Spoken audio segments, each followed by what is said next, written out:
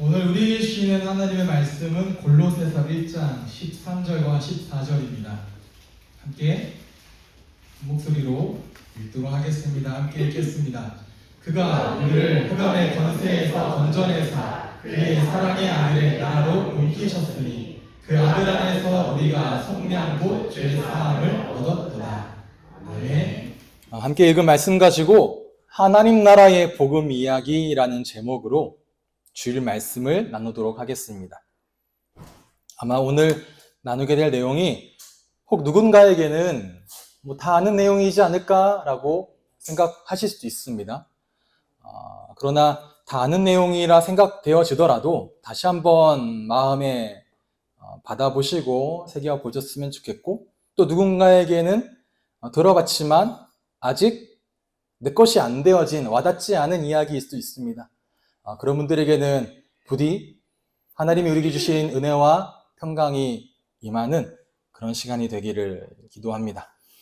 오늘 우리가 설교를 들어가면서 여러분에게 한 가지 질문을 해보겠습니다. 여러분에게 정말로 복음이 필요합니까? 우리에게 정말로 복음이 필요한가요? 여러분 인생에 있어서 오늘 제목처럼 하나님 나라의 복음이 필요합니까? 여기에 대해서 어떻게 답변을 하시겠습니까? 조금 더 심하게 질문을 바꿔본다면 우리가 굳이 하나님을 믿어야 될까요? 이 질문에 대해 어떤 분은 확신 있게 네, 아멘 이라고 답을 하실 분들도 계시겠습니다만, 그러나 어떤 분들은 그러게 꼭 굳이 믿어야 될까라는 생각이 드실 수도 있습니다. 왜냐하면 우리가 삶을 살아가다 보면 하나님을 굳이 믿지 않아도 그럴듯하고 괜찮은 삶을 살아가는 사람들을 마주하게 되기도 하고요. 하나님 없이도 꽤나 행복하게 잘 사는 사람들도 많이 있습니다. 그리고 아무런 문제 없이 또는 문제가 왔다 하더라도 잘 견뎌내며 나아가는 분들도 많이 계시죠. 그래서 하나님 없으면 행복하지 않다라 말하는 게 아니라 굳이 하나님을 믿어야 되느냐라는 질문 앞에 그렇지 않아도 행복한 사례들을 우리는 발견할 수 있다는 거죠. 그렇다면 네, 하나님 굳이 믿어야 됩니다. 정말 우리에게 복음이 필요합니다라고 답을 하신 분들에 대해서 얘기해 본다면, 우리가 그렇게 말하는 사람들에게 하나님이 없어도 복음을 알지 않고 믿지 않아도 충분히 괜찮은 삶을 살고 있는 그 사람들에게 아니요, 당신의 삶이 지금은 아무리 괜찮아 보인다 할지라도 당신은 복음을 모르기 때문에 결국 문제가 생길 수밖에 없어요. 문제가 올 수밖에 없어요. 라는 걸 그냥 말하는 문장이 아니라 어떠한 논리와 동의를 가지고 말할 수 있으니까 라는 거죠. 오늘 여기에 대한 이야기들을 함께 나누어 보려고 하는 겁니다. 과연 우리에게 하나님 나라의 복음이 필요합니까? 라는 한 가지 질문을 더 해보죠. 우리는 왜 살아갑니까? 무엇을 위해 살고 계십니까? 무엇을 위해 살아가십니까? 여러분의 삶의 목적과 목표는 무엇인가요? 라고 질문하면 아마 다양한 답변들을 하실 수 있겠죠. 그 궁극적인 이유는 무엇일까 하면 모두가 다 마찬가지겠습니다만 행복하게 살기 위해서입니다. 왜 살아가십니까? 이 땅 가운데 행복한 삶을 살기 위해서. 왜 열심히 일하십니까? 이 땅 가운데 나와 가족이 행복한 삶을 살기 위해서. 왜 좋은 직장을 가지려고 합니까? 행복한 삶을 보장받기 위해서. 왜 좋은 배우자를 만나 가정을 꾸리려고 합니까? 행복한 삶이 영위하기 위해서. 다 행복으로 연결되어지잖아요. 우리는 모두 다 행복하고 싶어 합니다. 이 땅 가운데 불행하고 싶어서 태어난 사람은 단 한 사람도 없습니다. 이 말에 대해 반대할 사람도 없죠. 행복하게 살기 위해 살아내고 노력하고 열심히 오늘도 달려간다라고 말하는 것에 대해서. 겉으로는 나는 다 가졌고 큰 욕심 없어 라고 말하는 사람이라 할지라도 사실 그 마음 깊은 곳을 보면 지금보다 더 좋은 삶, 지금보다 더 평안한 삶, 지금보다 더 사랑 많이 받는 삶, 지금보다 더 의미 있는 삶을 다 원하고 바라고 구하고 있죠. 그래서 모두 다 행복을 찾아 살아갑니다. 제가 보니까 크게 세 가지를 통해 사람은 행복감을 얻더라고요. 첫 번째가 여기 적혀 있는 것처럼 소유, 무엇인가를 가지는 겁니다. 돈이 조금 더 있으면, 집이 조금 더 안정이 되어지면, 차가 조금 더 큰 차를 타면, 내 통장에 여유와 잔고가 풍족하면, 좀 더 있으면, 빚이 조금 더 줄어들면 난 지금보다 더 행복해질 거야. 뭔가를 가지면, 무엇인가를 더 가지면 그땐 내가 더 행복해질 거야 라는 소유 있죠. 두 번째가 꿈입니다. 내가 무언가를 더 이루면, 내가 원하는 바를 이루면, 원하는 일을 이루면, 원하는 직장을 가면, 원하는 공부를 마치면, 원하는 인정을 받으면, 원하는 뭔가를 성취하면 그때는 행복해질 거야 라고 생각을 하죠. 또 세 번째, 누군가에겐 사랑입니다. 소유나 꿈, 사랑일 텐데 나를 알아주는 사람을 만나면, 내 옆에 있어주고 나의 힘이 되어주는 사람을 만나면, 나를 품어주는 사람을 만나면 나는 지금보다 더 행복하게 될 거야 라고 생각하죠. 이 소유와 꿈과 사랑이 나쁜 게 아닙니다. 너무 좋은 거죠. 그리고 하나님이 우리에게 주신 너무 좋은 선물들입니다.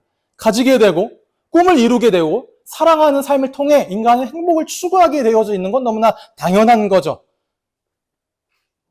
그런데 여기서 이상한 일이 하나 있습니다. 모든 사람이 행복하게 살기 위해서 소유와 꿈과 사랑을 추구하는데 이것들이 우리를 완전하게 행복하게 만들지 못한다라는 거예요. 누군가는 나는 돈이 부족해서 힘들어. 누군가는 내 환경이 또 내 성격이 너무 안 좋아서 문제라서 난 힘들어. 또는 주위 사람들이 나를 힘들게 해서, 직장의 상사와 동료들이 나를 힘들게 해서, 또는 가정의 구성원들이 나를 힘들게 해서 나는 너무 힘들어 라고 말을 합니다. 그래서 돈이 생기면 불안이 사라질 것 같은데 돈이 생기면 또 다른 불안이 찾아옵니다. 꿈을 이루게 되면 만족할 것 같은데 꿈을 이루고 나니 더 큰 공허감이 찾아오기도 합니다. 사랑하는 사람을 만나면 모든 두려움이 사라질 것 같은데 사랑이 깊어지면 깊어질수록 어느 날 이 사랑을 잃어버릴까봐 불안해하고 두려워하게 되어지죠. 왜 그럴까요? 성경은 인간의 불행이란 걸 단순히 환경의 문제, 조건의 문제로 보지 않습니다. 환경과 조건 때문에 너가 행복을 더 못 누리는 게 아니야 라고 말한다라는 거죠. 그러면서 인간의 지금의 상태, 실존에 대해서 이렇게 진단합니다. 다 함께 읽어볼게요. 시작.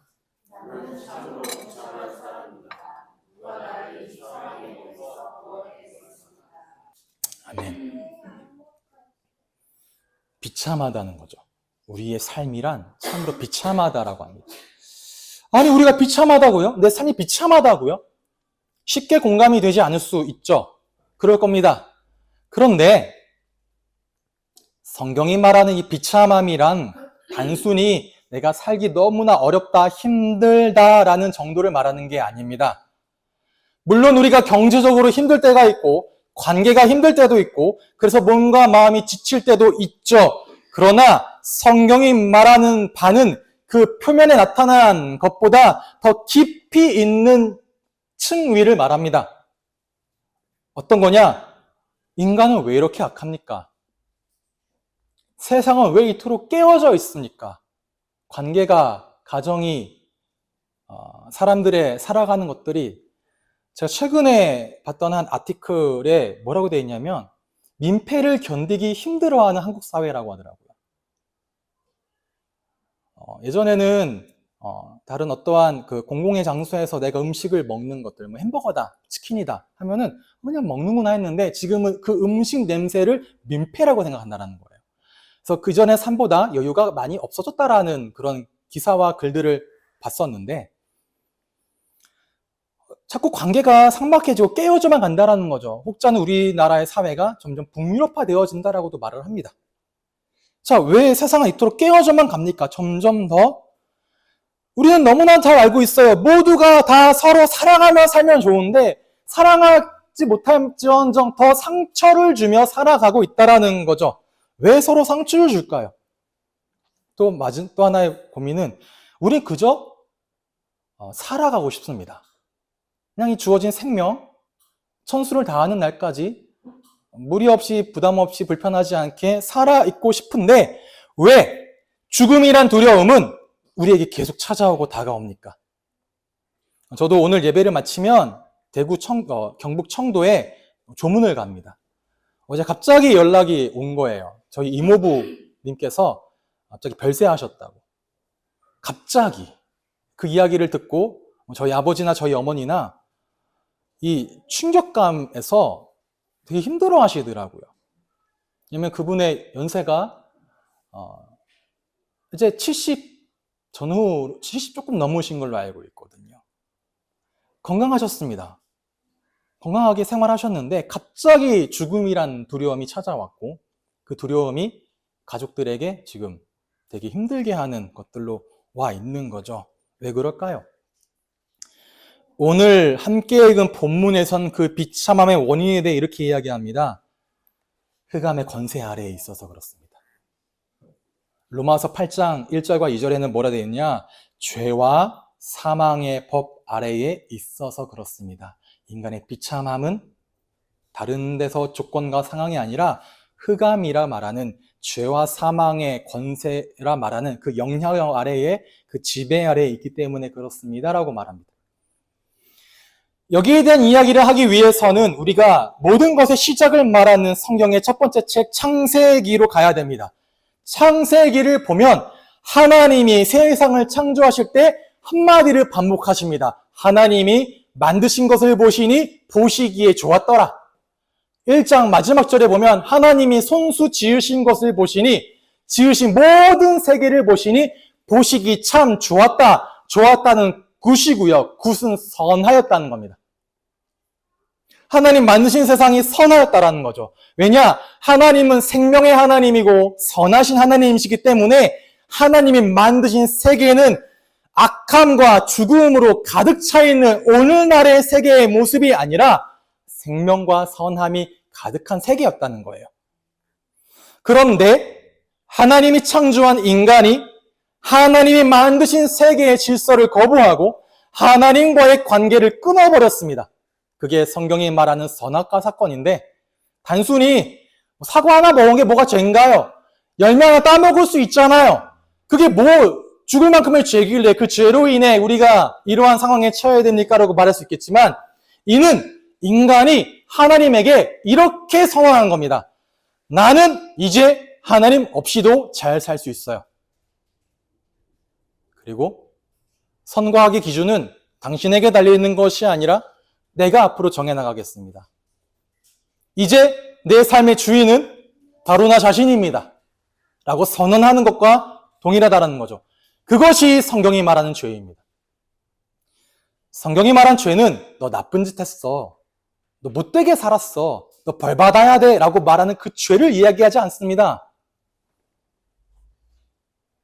단순히 내가 나쁜 행동을 저질렀다는 것이 아니라 그보다 더 근본적인 상태, 즉 하나님을 하나님으로 인정하지 않는 것. 피조물이 창조주의 자리에 앉으려고 하는 것.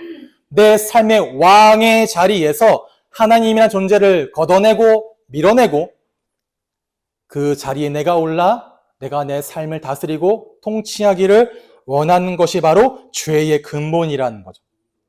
그 죄 때문에, 그 죄로 인해 하나님과 인간의 사이가 끊어지게 되었고 멀어지게 되었고 그 결과로 인간의 삶에 들어오게 된 것이, 세상에 들어오게 된 것이 악함과 죽음입니다.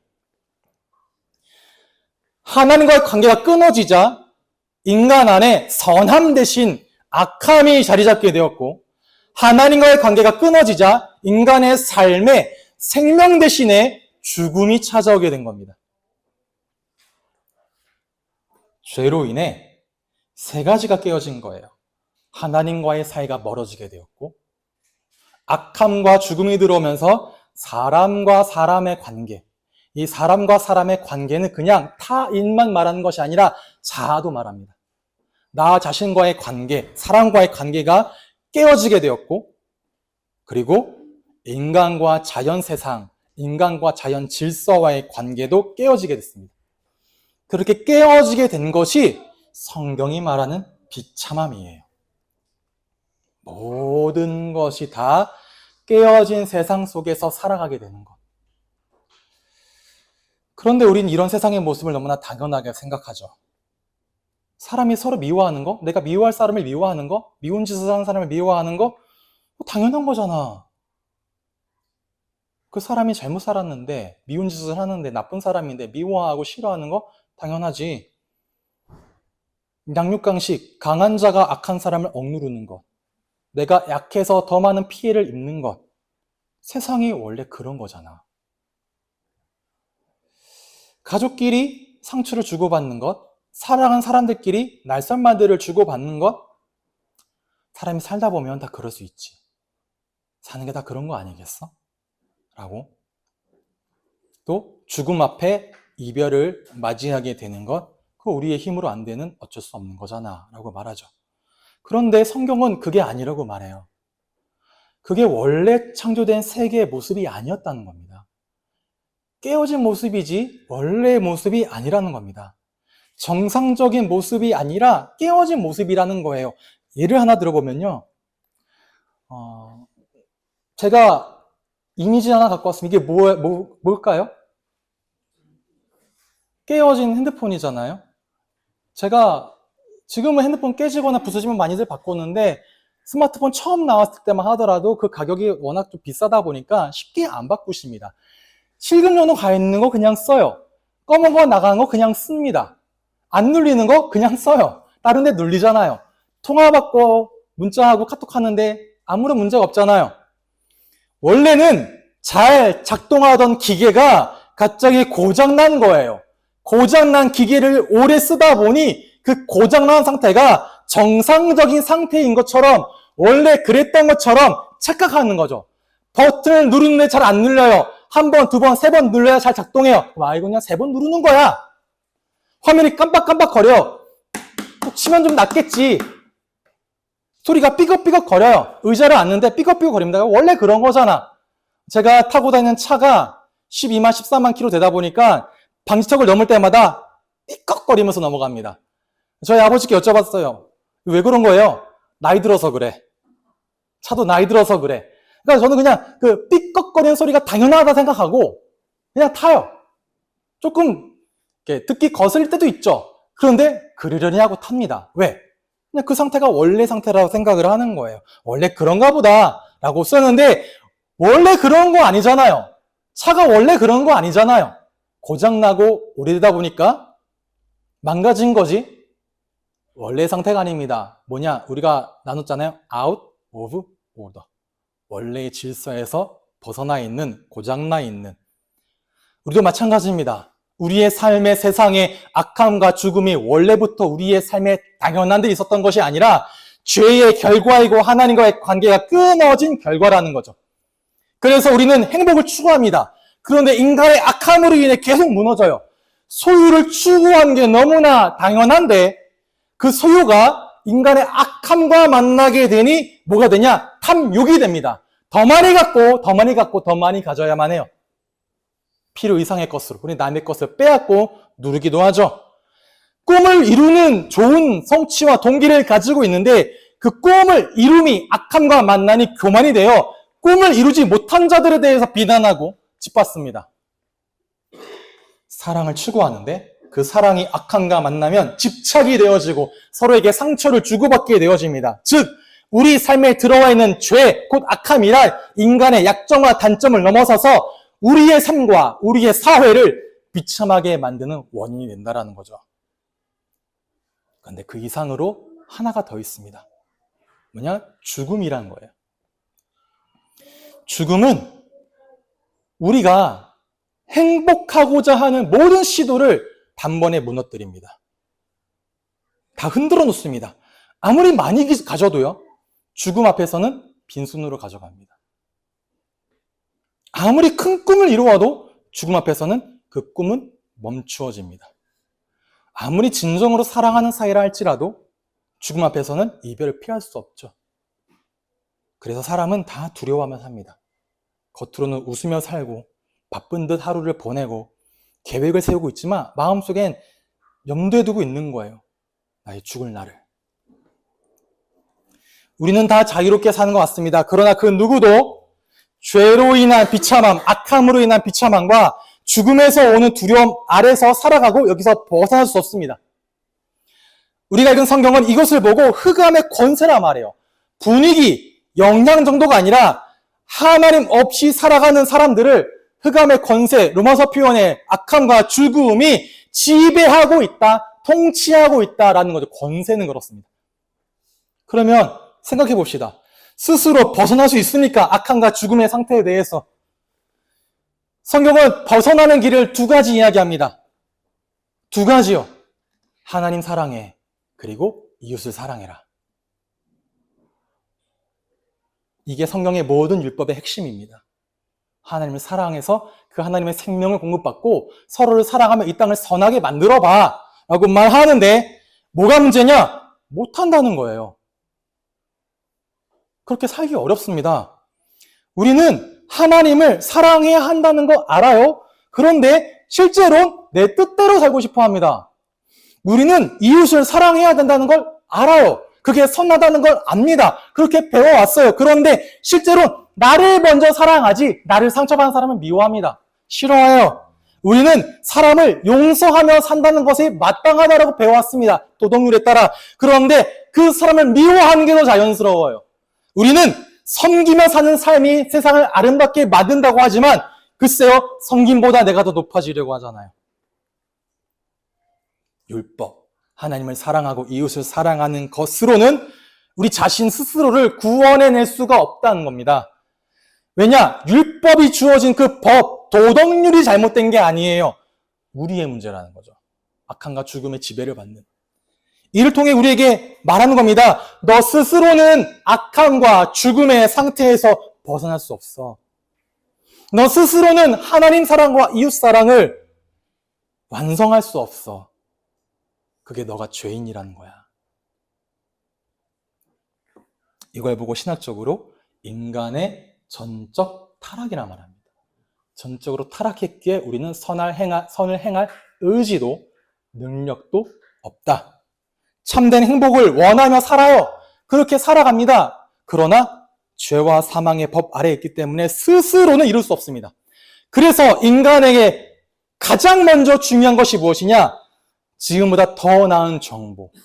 예를 들어 이 종목 기가 막힌데 이거 알면 돈을 좀 더 벌 수 있어라고 말하는 그 정보가 아니라요.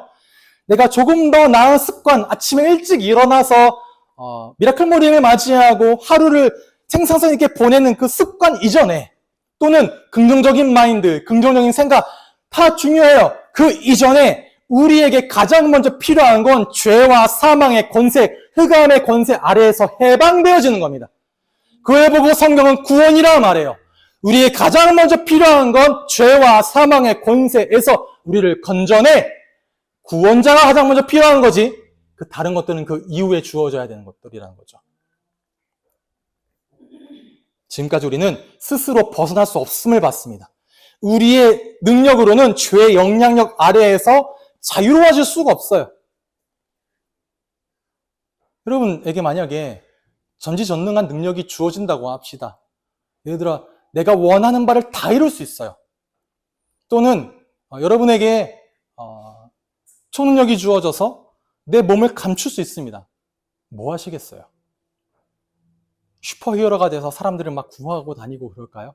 그건 일단은 그 다음으로 내버려 두고 일단은 좀 어디 좀 들어가서 이렇게 좀 정보 좀 캐와가지고 돈 좀 많이 좀 생기면 좋겠고 뭐가 좀 해서 일단 이거 해놓고 그 다음에 나의 만족과 나의 소유를 먼저 채워놓고 그 다음에 선한 일을 좀 할게요 라고 말하는 말 그래도 악함이 먼저 떠오르지 않습니까? 저도 그렇습니다. 저도 다르지 않나요? 죄의 영향에서 스스로 벗어날 수 없다는 거고 우리의 능력으로는 죽음을 이길 수 없습니다. 그래서 기독교의 복음은 이렇게 이야기합니다. 하나님이 여러분에게 답이 없다는 걸 아시고 그래서 하나님이 직접 답을 주셨습니다. 직접 답이 되어 주셨습니다. 오늘 읽지 않았지만 로마서 8장 1절에 보면 이렇게 선언하죠. 그러므로 이제 그리스도 예수 안에 있는 자에게는 결코 정죄함이 없나니. 왜 정죄함이 없다고 합니까? 우리가 충분히 더 나은 사람이 되어져서 율법을 완벽하게 지켜서 더 나은 조건과 더 나은 상황을 만들어서가 아닙니다. 정죄함이 없을 이유는 단 한 가지, 그리스도 예수 안에 있을 때입니다. 하나님이 우리에게 주신 답은 예수 그리스도입니다. 여러분, 예수님이 단순히 어떠한 스승, 좋은 선생이 되어져서 우리에게 충고를 전달해주고 조언을 건네요. 더 착하게 살아. 더 노력하며 살아. 더 열심히 살아. 할 수 있어. 위로해줄게. 안아줄게. 너 가치 있는 존재라고 말하는 그런 어떤 조언자, 스승의 위치가 아니라는 거죠. 그렇게 말씀을 하시기도 하시지만 그렇게 말씀을 하시는 것이 아니라 예수님은 직접 육신을 입고 우리 삶 한가운데로 찾아오셨습니다.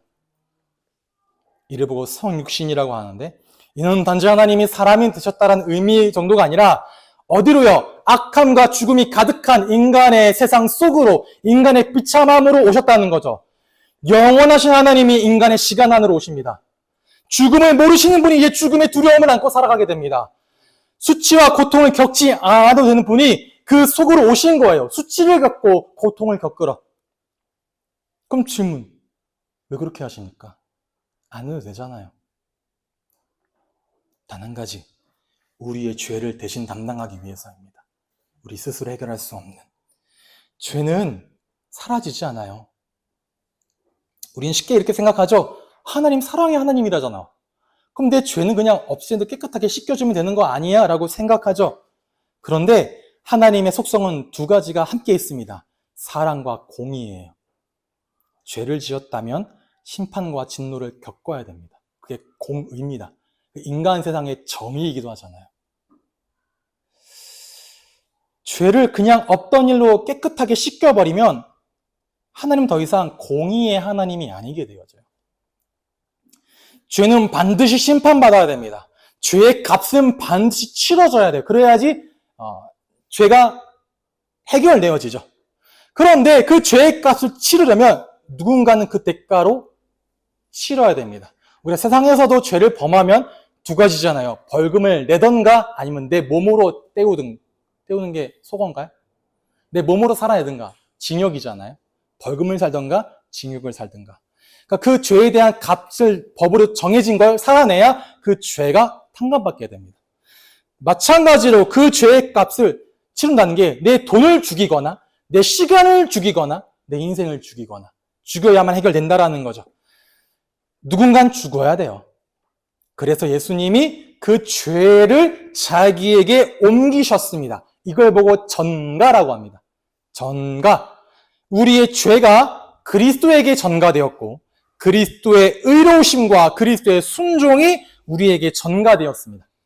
성경 말합니다. 보라, 세상의 죄를 지고 가는 하나님의 어린 양이로다. 이 말은 뭐냐면 세상의 모든 죄가 예수님께 전가되었고 그 예수님의 그 죄를 가지고 단번에 완전히 담당하시고 그 죄를 지고 십자가에 달리셨다라는 거예요. 십자가는 단지 고난이 아닙니다.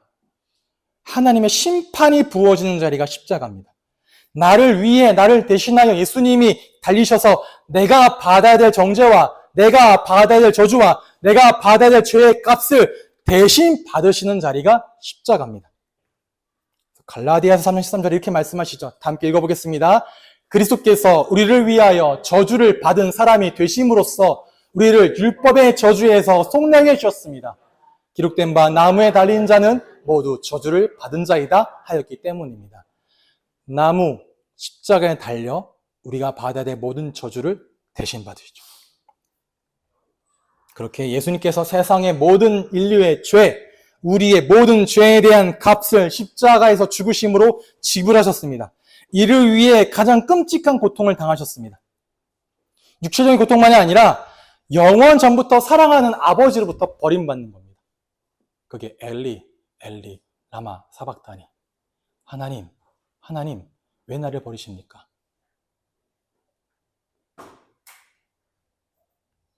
하나님의 모든 진노를 받고 하나님과 단절되는 경험. 왜 그렇게 하실까요? 왜 그렇게까지 하실까요? 이유는 단 한 가지. 여러분을 사랑하셔서 그래요. 교회에서 말한 사랑이 겁니다. 하나님 여러분을 사랑하셔서 그 모든 죄를 대신 지시고 죽으시는 거죠. 이게 복음입니다.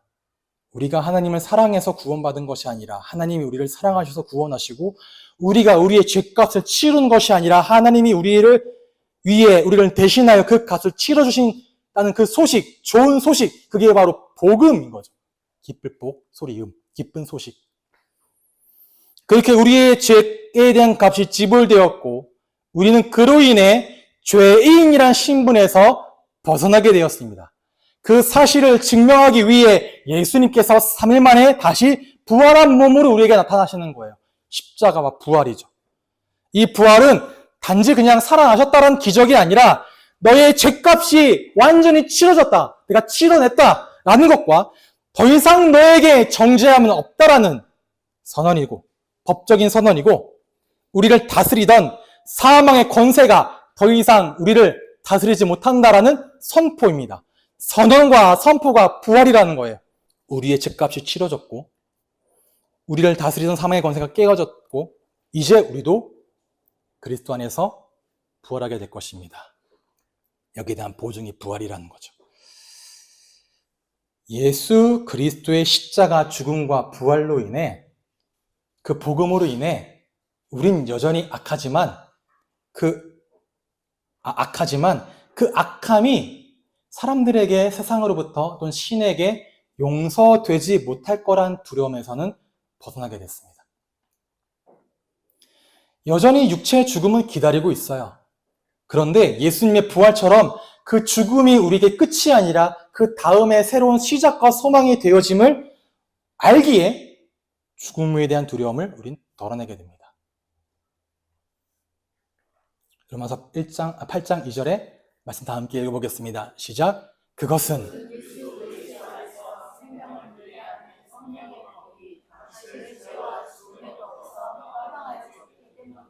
아멘. 죄가 악함입니다. 죄와 죽음의 법에서 당신을 해방시켰습니다. 이 말은 우리에게 더 이상 죄와 사망이 없다는 말이 아닙니다. 우리를 지배하고 다스리지 못한다는 거예요. 죄가 더 이상 우리를 정죄할 수 없고 죽음이 더 이상 우리를 가둬낼 수 없음은 이제 우리는 생명과 성령의 법 아래에 있기 때문입니다. 근데 이게 우리 스스로 이룬 게 아니라는 거예요. 오늘 함께 읽은 성경에 누구가 아버지께서 하나님께서 우리를 암흑의 권세에서 건져내셔서 자기의 사랑하는 아들의 나라 즉 하나님 나라로 옮기셨습니다. 어떻게? 우리는 그 아들 안에서 구속 곧 죄사함을 받아서 옮겨졌습니다. 하나님이 우리를 악함과 죽음의 지배 아래에서 그대로 두지 않으시고 건져내셨습니다. 건져냈다는 말은 구원해냈다라는 거예요. 그리고 그 아들의 나라, 하나님 나라로 옮기셨다. 당신의 소속이 완전히 바뀌었습니다. 그 방법이 예수 그리스도 안에서 죄의 사함을 받게 하신 것. 이 예수 그리스도의 구속하심을 믿는 자마다 구원을 받고 하나님 나라의 백성으로 하나님의 자녀로 옮겨져 살아가게 된다는 거죠. 이게 복음입니다. 이게 하나님 나라의 복음이에요. 복음을 알게 됐습니까? 복음을 받아들이게 됐습니까? 복음을 통해 예수님을 믿게 됐습니까? 그럼 이제 어떻게 살아가야 됩니까? 왜냐? 한 가지 풀리지 않은 게 남잖아요. 네, 목사님, 지금까지 얘기하신 그 흐름에 따라 예수님이 우리의 죄와 사망을 해결해 주셨다는 거 알겠어요. 그런데 우린 여전히 악함과 죽음이 머물러 있는 세상 속에 살아가잖아요. 도대체 그 구원은 언제 누리게 되는 겁니까? 죽은 이후에 천국 가면 누리게 되는 겁니까? 악함과 죽음이 없는 세상에 이 땅 가운데서는 그러면 안 누리게 되는 겁니까? 그러니 그런 말들 하죠. 그럼 죽을 때 믿을게요. 라고요. 그렇지 않아요. 악함과 죽음의 문제를 해결하기 위해 예수님께서 오늘 우리에게 하나님 나라를 가지고 오시는 겁니다. 하나님 나라의 통치를 가지고 우리 안에 성령으로 거하시고 우리를 다스리시는 겁니다. 하나님 나라는 죽어서 가게 되는 극락과 저승을 말하지 않아요. 기독교의 내세관은 단순히 죽음 이후의 것을 말하지 않습니다. 오늘을 말해요. 오늘을 살아내고, 오늘을 견뎌내고, 오늘을 이겨냈는데, 어떻게 예수님 안에 시작되어진 하나님 나라의 통치를 지금 맛보고 누리며 살아가고, 그 통치가 완성될 그날 그때를 소망하고 바라보며 견디며 살아간다. 그때 완성될 것이기에 지금 여기에 가지고 와서 살아낸다라는 거죠. 그 나라를 누리며 살아간다. 오늘, 지금, 여기, 이 자리에서 이미 시작되어졌기에, 완성되어질 것이기에 기대하고요. 어떻게 누리게 되느냐? 복음에 대한 감동으로 하나님 나라를 누리는 겁니다. 성도는 단지 복음을 아는 사람이 아니에요. 복음의 내용을 듣고 그 가치에 사로잡혀 살아가는 사람이 성도입니다. 구별되어진 거죠. 예수님이 나를 위해 이 땅에 오셨어요. 예수님이 나의 죄를 담당하셨어요. 예수님이 나를 죄와 사망의 법 아래에서 해방시키셨어요. 왜요? 나를 사랑하셔서요. 그 감동을 가지고 뭐하냐? 이제 나의 안에 있는 악함과 싸워나가는 겁니다. 그 이유가 예수 믿어서 갑자기 착한 사람으로 바뀐 게 아니에요. 나의 본성과 악함은 그대로 남아 있습니다. 그런데 내가 받은 사랑이 너무나 커서 그 사랑에 반응하고 싶어요. 예수님이 내가 너희를 사랑한 것처럼 너희도 서로 사랑해 라고 명령하셨잖아요. 나를 사랑하신 예수님, 내가 그 사랑에 어떻게 반응할 수 있을까요? 보답할 수 있을까요? 사랑하는 아들아, 다른 거 아니야. 너 옆에 있는 이웃을 너 몸처럼 사랑하렴. 그게 내가 너를 사랑한 것에 대한 반응이야. 그걸 하나를 부탁한다. 명령한다. 라고. 그 사랑이 너무나 크고 감사하기에 그럼 그 부탁에 그 명령에 내가 순종하겠습니다. 비록 지금 안 되어질지언정 그런 삶을 살아가기를 원합니다. 그렇게 나아가겠습니다. 바뀌어지고 싶어요. 도와주세요. 이게 이웃을 사랑하며 살게 되는 거고 이것이 이 땅의 악함을 이겨내게 하는 복음의 능력입니다. 기독교인의 사랑이요. 두 번째가 뭐냐? 같이 교회 공동체를 이루어 하나님 나라를 누리게 하십니다. 하나님 나라는 복음은 나 혼자 누리는 게 아니에요. 예수님께서 우리에게 복음을 주실 때 이 복음의 믿음 위에 있는 자들에게 교회를 주십니다. 교회는 단지 모여서 예배드리는 장소가 아닙니다. 악함과 죽음의 법에서 해방되어진 자들이 모여 그 나라의 통치 아래에 살아가는 자들이 모여 같은 믿음을 가진 자들이 모여 함께 하나님 나라를 맛보는 공동체가 교회예요. 교회는 예수님이 구원자이십니다. 예수님이 그리스도이십니다. 예수님이 하나님이십니다. 라는 같은 신앙의 고백을 가진 자들이 모입니다. 그 신앙 고백 위에서 서로를 사랑하고 그 신앙 고백 위에서 서로 교제하고 서로의 짐을 나누어 함께 지고 서로의 연약함을 돌보아주고 서로 함께 세워가는 공동체가 바로 교회죠. 왜 필요한가요, 교회가요? 나 혼자서는 악함을 이길 수가 없어요. 어려워요. 복음에 감동받는데 뒤돌아서면 여전히 연약해서 좋은 결심을 해도 무너집니다. 화를 내게 되기도 해요. 말씀의 은혜를 받았는데 한 주간 살아갈 때 내 안에 가득 차 있는 이기심과 탐욕과 그런 나의 이 지저분한 성향들을 마주하게 된다라는 거죠. 그래서 교회가 필요합니다. 함께 모여서 그래도 우리가 받은 복음을 기억하자. 우리가 예수님께 어떤 사랑을 받았는지를 서로 살피자. 서로 힘내. 괜찮아. 그리스도의 복음이 우리를 자유하게 했다. 기억하자 우리 함께. 이걸 붙들어주는 공동체가 교회라는 거죠. 그렇게 서로의 삶을 나눕니다. 악함과 죽음의 짐으로 힘겨는 사람의 손을 같이 잡고 일어납니다. 견뎌내라. 우리가 함께한다. 위로한다. 힘을 준다. 그리스도의 사랑으로 너를 품어준다. 기도해줄게. 힘내자. 그리고 세상 속에 여전히 악함과 죽음의 고통으로 고통받고 있는 자들에게 하나님 나라의 복음을 전하여 그들을 건져내고 하나님의 은혜와 나라를 맛보게 하는 거죠. 답이 무엇이냐? 하나님이 우리에게 주신 복음과 교회를 통해 우리는 오늘 여기 이 자리에서 하나님 나라를 누리게 되어집니다. 말씀을 맺을게요. 오늘 좀 길어진 것 같은데 또 재보면 또 아니더라고. 지난번에 청년들이 저한테 50분 했죠? 세봤어. 40분 했더만. 되게 길게 느껴졌대. 그래서 항상 그렇게 이제 어쨌든 그렇습니다. 결론입니다. 우리는 다 행복하게 살고 싶어요. 여기에서 벗어나고 싶은 사람 없습니다. 그런데 한 가지를 말하는 거예요. 그 행복하고자 하는 시도는 두 가지 벽을 만나게 됩니다. 악함과 죽음이라고 하는. 그냥 길어진 거니까 한 가지 그림을 한번 그려보세요. 어느 사람이 너무 착하고 올곧은 사람이 기차가 하루에 한 번 정도 다니는 기찻길 위에 식탁을 펴고 집을 짓고 굉장히 행복하고 즐겁게 살아가고 있는 거예요. 너무나 행복해 보여요. 너무나 즐거워 보여요. 어디 위에서요? 기찻길 위에서요. 근데 누군가는 말해주는 겁니다.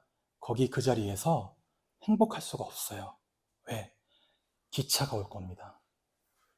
그게 오면 당신의 행복은 한순간에 부서져 버릴 수 있어요. 어떻게 해야 돼요? 기찻길에서 옮겨 나오셔야 돼요. 사망의 권세 아래에서 옮겨서 그의 사랑하는 아들의 나라로 옮겨오셔야 돼요. 그걸 말하는 게 복음이라는 거죠. 스스로는 옮기기 싫어요. 내가 이룬 게 얼마인데요. 내가 여기 차려놓은 상이 어떤데요. 내가 지금까지 해놓은 게 어떤데요. 그래서 하나님이 은혜로 우리를 옮겨내시는 겁니다. 다 좋아요. 사랑, 꿈, 소유. 근데 그게 하나님의 빈자리를 대신할 수 없는 겁니다. 다가오는 기차를 막아줄 수 없다라는 거예요. 그래서 우리가 가장 먼저 해결해야 되는 건 기차가 오지 않는 길로 옮겨오는 거죠. 이를 위해 하나님은 우리에게 답을 주십니다. 예수 그리스도. 우리의 모든 죄를 담당하시고 십자가에서 그 죄를 끝내시고 부활하심으로 사망의 권세를 깨뜨리시고 이제 우리를 생명과 성령의 법 아래 살게 하시는 것. 이 복음의 감동 아래 우리는 악함을 이겨내게 되고 그의 공동체를 통해 세상과 이 공동체 안에 선함이 생명이 가득 찬 하나님의 나라를 함께 맛보고 누리고 전하게 만들어냅니다. 이게 기독교가 말하는 참 행복이에요. 여러분, 교회가 말하는 행복이 단지 내가 구하는 거 다 얻을 수 있어요. 기도하면 다 이루어져요 라고 말하는 게 아니에요. 그냥 금방 사라져버리는 기분 좋음의 상태, 상황이 좀 나아져서 하루 웃고 하루 힘들어하고 그런 행복감을 말하는 게 아닙니다.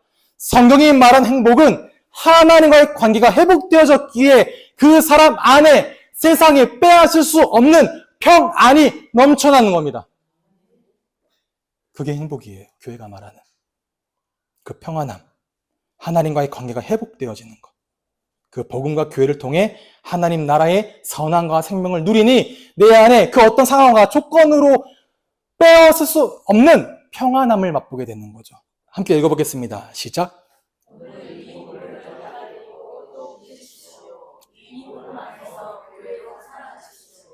아멘. 복음을 받아들이세요. 내 죄보다 그리스도의 은혜가 더 큽니다. 내 실패보다 그리스도의 의와 순종이 더 큽니다. 내 죽음보다 그리스도의 생명이 더 강하고요. 내 약함보다 성령의 능력은 훨씬 더 강합니다. 복음을 받아들여 주세요. 복음을 믿으세요. 복음이신 예수 그리스도 안에서 살아가세요. 그리고 복음 안에서 교회로 살아가세요. 공동체 안에서 살아가시고 혼자 버티고 혼자 죄와 싸우고 혼자 상처를 끌어안고 혼자 죽을 것 같은 두려움에서 머물러서 흔들어하는 것이 아니라 함께 복음을 기억하고 함께 그 계명을 지키고 함께 교제하고 함께 세상으로 나가 함께 살아내는 겁니다. 이게 하나님 나라를 누리는 삶이죠. 이게 참된 복입니다. 그리스도 안에 주어진 복. 이렇게 그리스도 안에서 주어진 참된 행복을 교회 공동체 안에서 누리면서 이 땅의 많은 사람들에게 전달하는 우리는 교회 성도가 다 되어지시기를 주님의 이름으로 축복합니다.